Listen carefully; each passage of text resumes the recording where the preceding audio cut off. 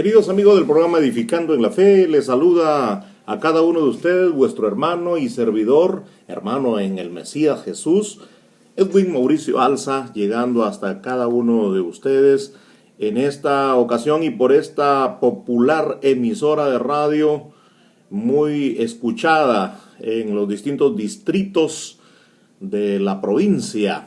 Así que a cada uno de ustedes, queridos amigos que están en sus hogares listos para compartir con nosotros el mensaje de Dios, en este caso el estudio de las profecías, pues estamos, gracias a Dios, listos y con su ayuda estaremos el día de hoy enseñando bajo el tema Jesús, nuestro Señor, enfrentará a Babilonia en su venida.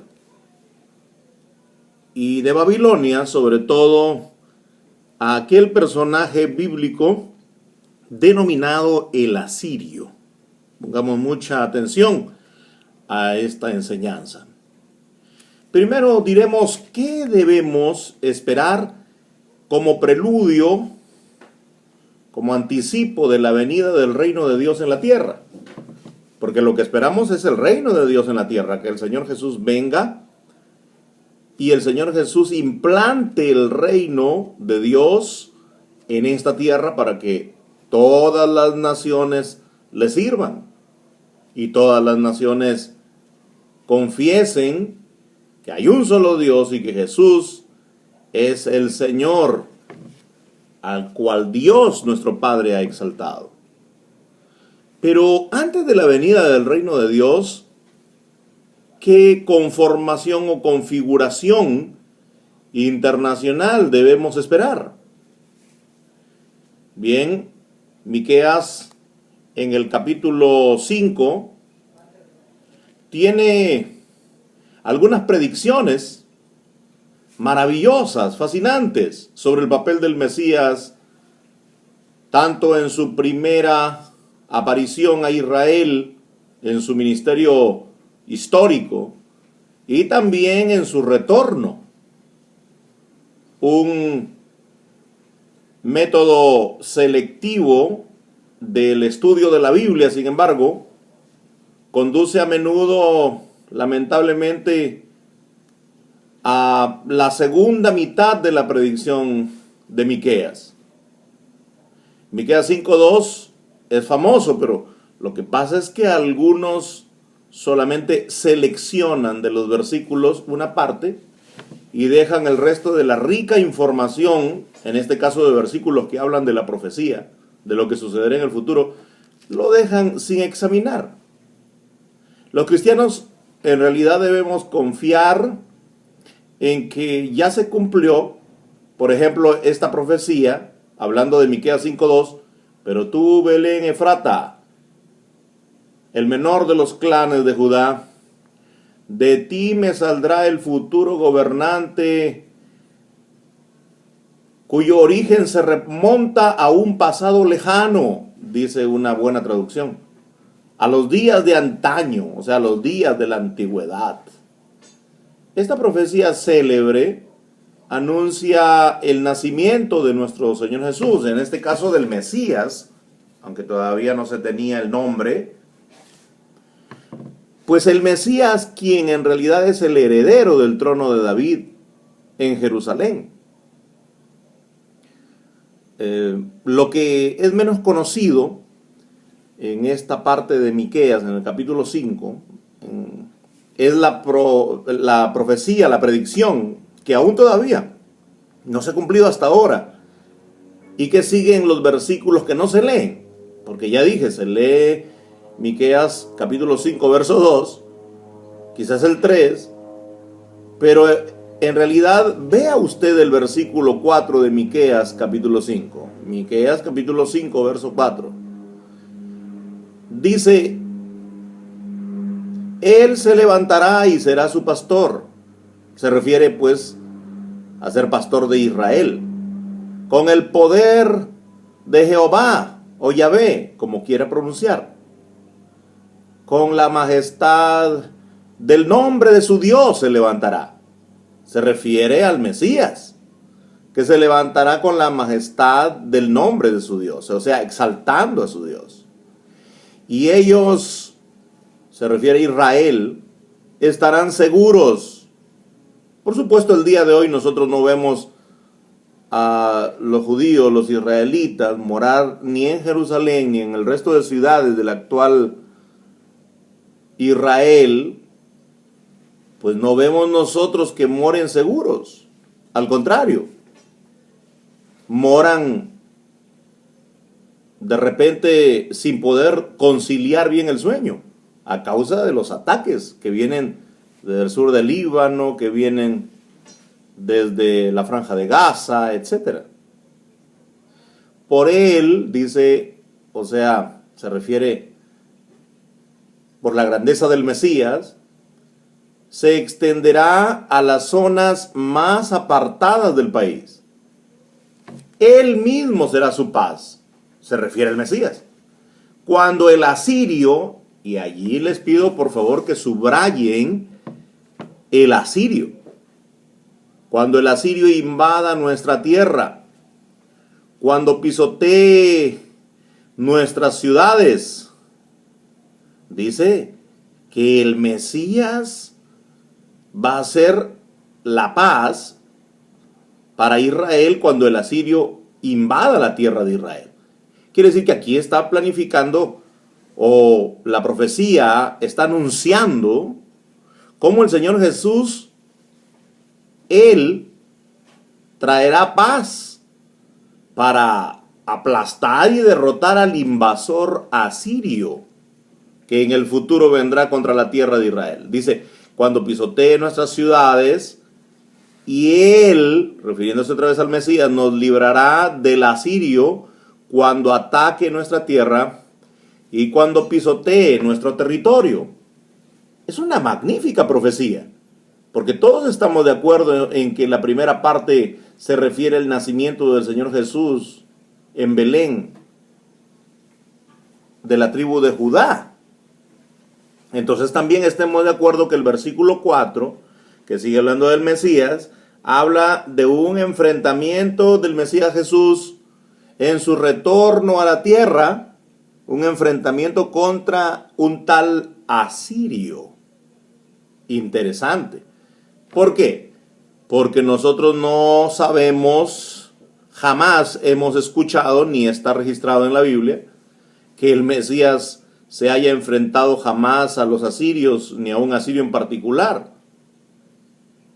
Los asirios, por supuesto, son actualmente un grupo nacional que viven en parte del territorio de Irak, en Mesopotamia, en aquella tierra tan pero tan relacionada a la tierra de Israel en la Biblia.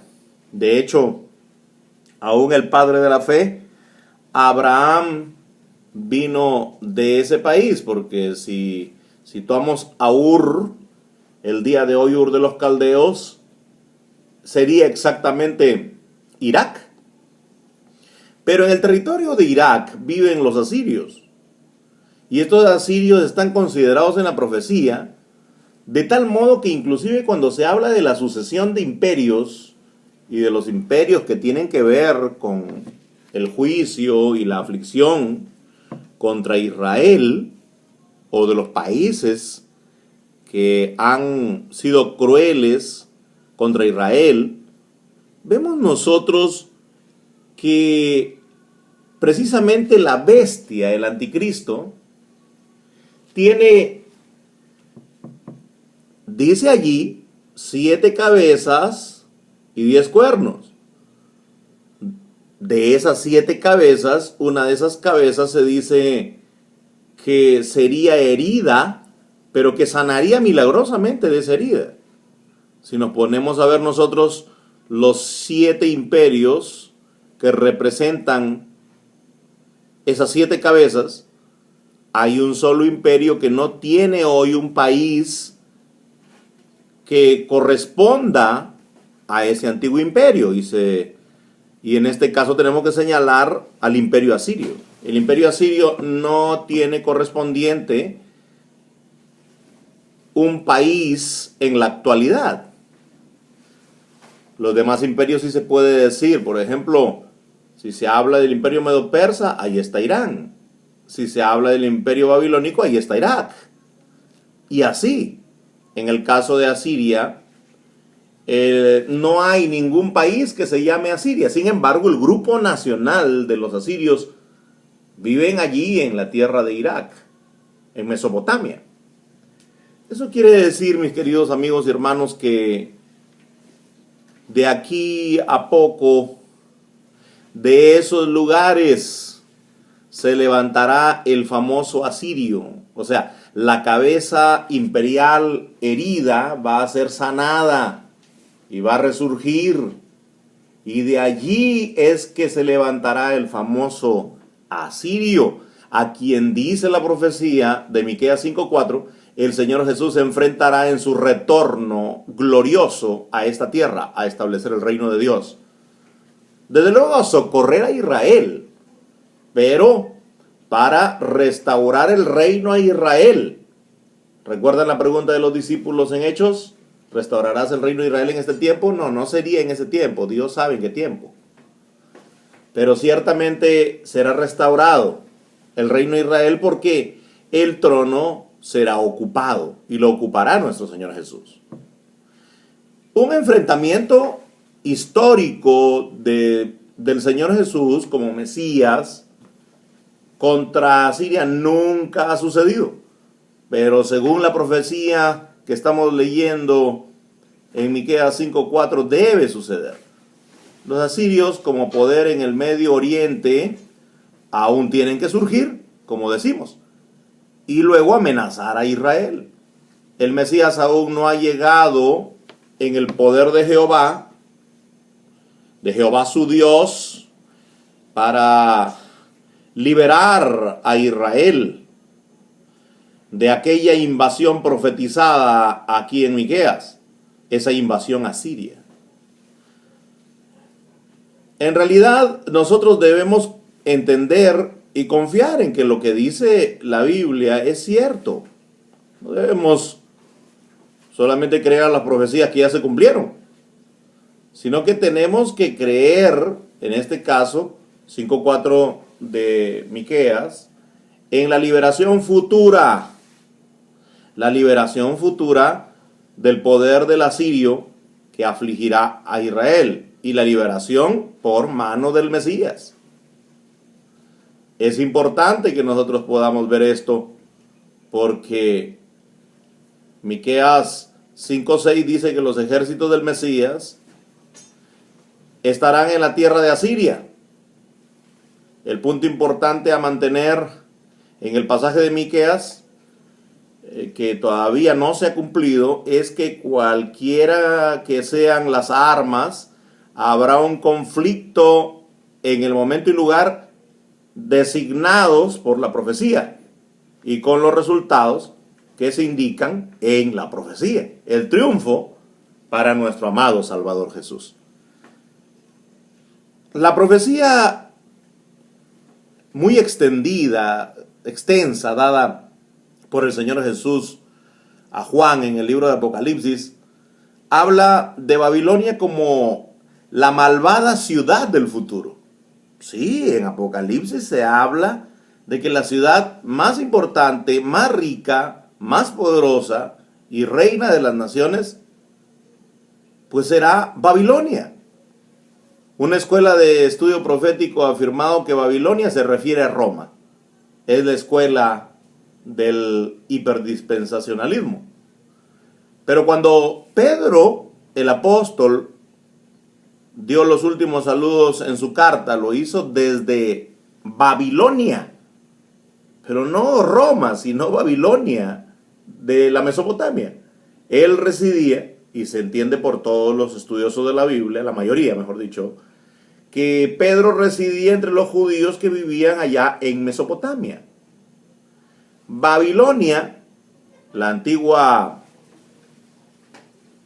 sede, recuerden ustedes, de Nimrod en Génesis 10, esa misma ciudad, desde allí habló y se despidió Pedro en su carta. No hay justificación para cambiar los nombres de Babilonia por Roma.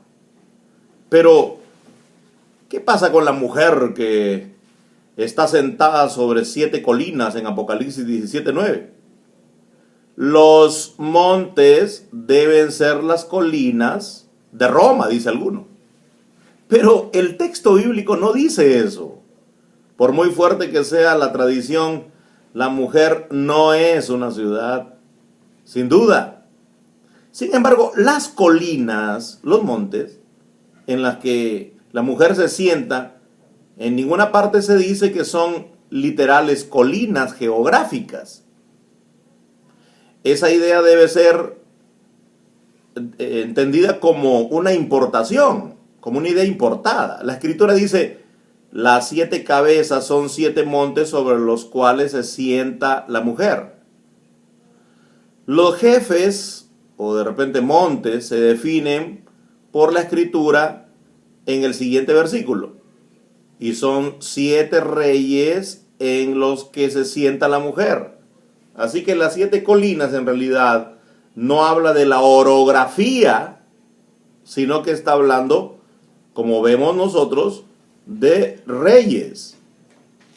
La mujer se sienta también sobre muchas aguas. Cualquiera iría en medio de los océanos. Pero el 17:1 de Apocalipsis, ¿está hablando acaso de aguas literales? No. ¿Por qué? Porque el texto va a decirnos que las aguas que has visto, donde la mujer se sienta, son pueblos, muchedumbres, note, pueblos, muchedumbres, naciones y lenguas. Apocalipsis 17:15. La mujer también se ve sentada sobre una bestia escarlata. En el Apocalipsis 17:3. Pero no se tiene a esa bestia, o no se debe tener a esa bestia como un animal literal. Así que los hechos son los siguientes. La mujer que se define como la gran ciudad, Apocalipsis 17:18, está sentada en, número 1, una bestia, número 2, 7 cabezas o montes de la bestia, número 3, muchas aguas. Sería errado comprender los montes literalmente cuando la bestia, sus cabezas y las aguas en las que se sienta la mujer no son literales. Hay mucho en el libro de Apocalipsis que no es literal. De hecho, hay algunas cosas que sí son literales. Pero mayormente cuando se habla de señales, símbolos, se está hablando aquí en su propia interpretación como cosas no literales. Más bien simbólicas. Los 7 montes, por tanto, sobre los que se sienta la mujer, la ramera Babilonia, no son necesariamente una referencia a Roma, en lo absoluto. Más bien son símbolos de poder gubernamental. Isaías 13 proporciona una indicación adicional de la gran ciudad destinada a caer en el día de Jehová, el día del Señor, del verso 9 de Isaías 13. Cuando Dios dice, y castigaré al mundo por su maldad y a los impíos por su iniquidad, también voy a poner fin a la arrogancia de los soberbios y humillaré la altivez de los despiadados. Haré más escaso al hombre mortal que el oro puro, y a la humanidad que el oro de Ofir. Porque haré estremecer los cielos y la tierra se moverá de su lugar. Mire que estamos en Isaías capítulo 13, el verso 9. Lea este lenguaje precioso que luego se va a repetir en el Apocalipsis. Entonces, la tierra se moverá de su lugar en la ira de Jehová. ¿Nota? Estamos entonces en Isaías 13, verso 9, viendo el día de la ira de Jehová de los ejércitos. En el día del ardor de su ira, dice, hemos leído del verso 11 al 13. Isaías 13, 11 y 13. Así que es en ese tiempo, el día de la ira de Jehová, que es el retorno del Señor Jesús, que Babilonia será reducida a una desolación, como Sodoma y Gomorra, y nunca más será habitada, o se vivirá en ella de generación en generación. Mire los versos 19 y 20 de Isaías 13. Está claro, ¿verdad? Isaías 13, 19 y 20. Es Babilonia en ese día final, en el tiempo de la ira. Así que el tiempo para este terrible día del Señor, día de Jehová, coincide con la destrucción de Babilonia, y después, en el mismo contexto, será la restauración maravillosa de Israel, cuando el Señor nuestro Dios tendrá compasión de Jacob y escoja de nuevo a Israel y los establezca en su propia tierra. Entonces extranjeros se unirán a ellos y se unirán a la casa de Jacob, y los gentiles llevarán a Israel, o llevarán a su lugar, y la casa de Israel poseerá los gentiles por heredad, o sea, por siervos, en la tierra de Jehová como varones, siervos y siervas, lo dice aquí. E Israel tomará sus captores y cautivos, se pronunciará sobre sus opresores. Isaías 14, 1, 2.